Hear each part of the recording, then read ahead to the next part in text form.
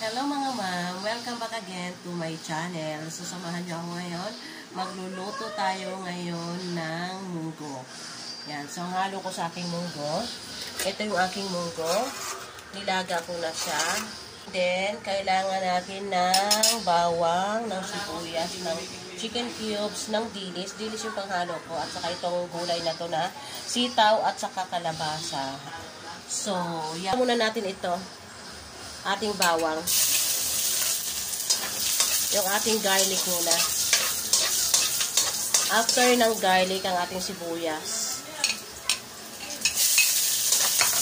Yan. At igigisa rin natin yung ating dilis.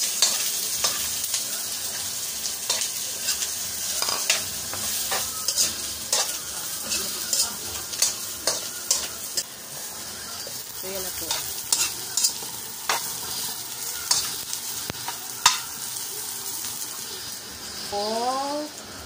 Susunod na po natin itong ating munggo.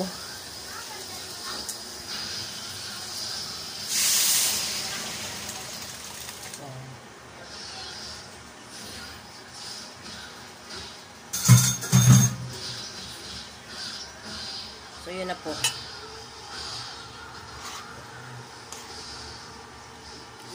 Yan, dagdagan ko pa po ng sabaw yan.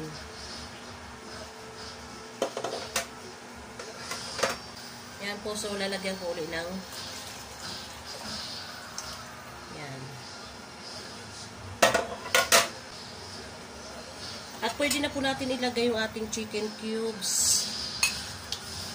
At lagyan din po natin ng ating salt.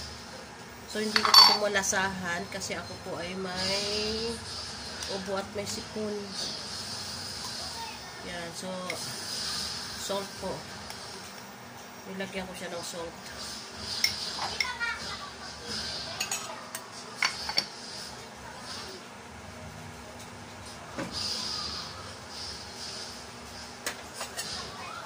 Ayan na po.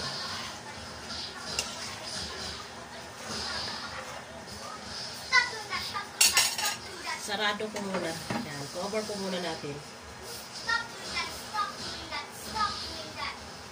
Kanina kasi habang hinihintay natin, kanina nilaga ko muna yung munggo.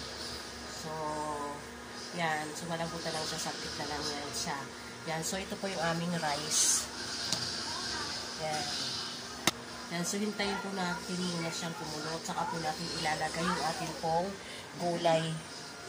So, hindi ko siya malasahan kasi nga, may ubo ako, may sipon ako.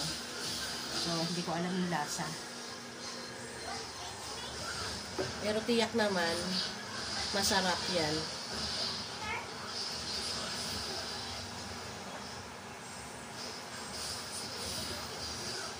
Sila po natin, tumulo na siya. Ayan. So, dahil sa kumulo na po siya, ilalagay na po natin yung ating pong gulay. Ayan.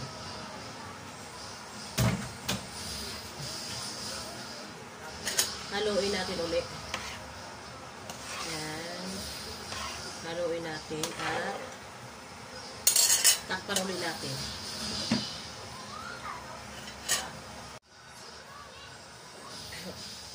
Ayan, so open na po natin. Tignan na po natin kung luto na yung gulay. Yan. Okay na po siguro. Luto na. Luto na yung ating kalabasa. Luto na yung ating kalabasa.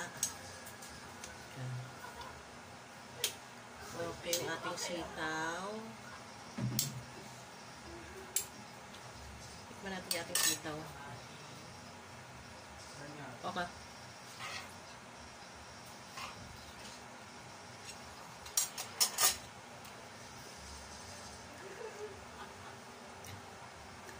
Yan. So, luto na po yung ating munggo.